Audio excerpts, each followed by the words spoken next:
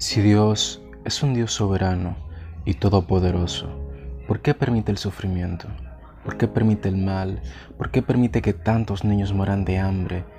Y Él no hace absolutamente nada. Dejando atrás el drama carismático, es tiempo de ponernos un poco filosóficos. Me parece que la respuesta a esa pregunta no se encuentra en Dios, sino en el hombre. La razón por la que tantos niños mueren de hambre no es porque Dios no esté conmovido con todo esto y no haga nada.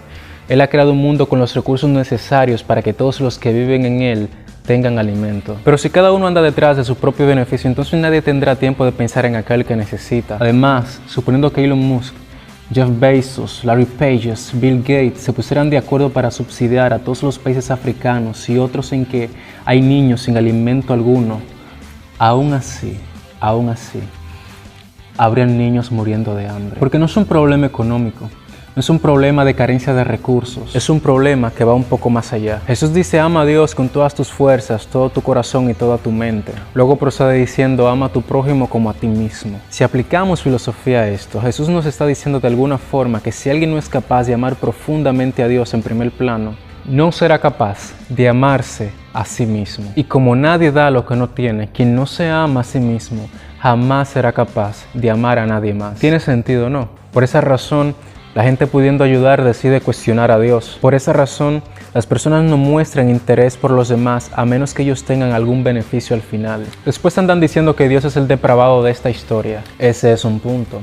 Pero si Dios existe, ¿por qué creó el mal en primer lugar? Porque de no permitirlo y solo existiera el bien, entonces no tendríamos que hablar de sufrimiento ni de niños muriendo de hambre. Pero esta pregunta está un poco mal formulada, ya que si existe el bien, también existe el mal. En videos anteriores comenté que el mal no existe, refiriéndome a que no existe por sí mismo, ya que el mal es la privación del orden del bien, por lo que tendríamos que concluir que si existe el bien, también existe el mal, porque habiendo existido el bien, el mal es aquello que toma el bien para torcerlo, es decir, el mal es el desorden del bien. Algún escéptico tomó mi video anterior acerca del mal para citarme Isaías 45:7. Y esto me pareció interesante, ya que estos dicen no creer en Dios, pero quieren dar la impresión de que conocen la Biblia. Queridos, el mal y el sufrimiento son el resultado de la libertad. Si no existiera el mal y el ser humano solo se rige por el bien, entonces este no sería un ser con libertad, porque el costo de la libertad es poder distinguir el bien del mal, de poder diferenciar lo correcto de lo incorrecto, de poder distinguir lo dulce de lo amargo. Si solo existiera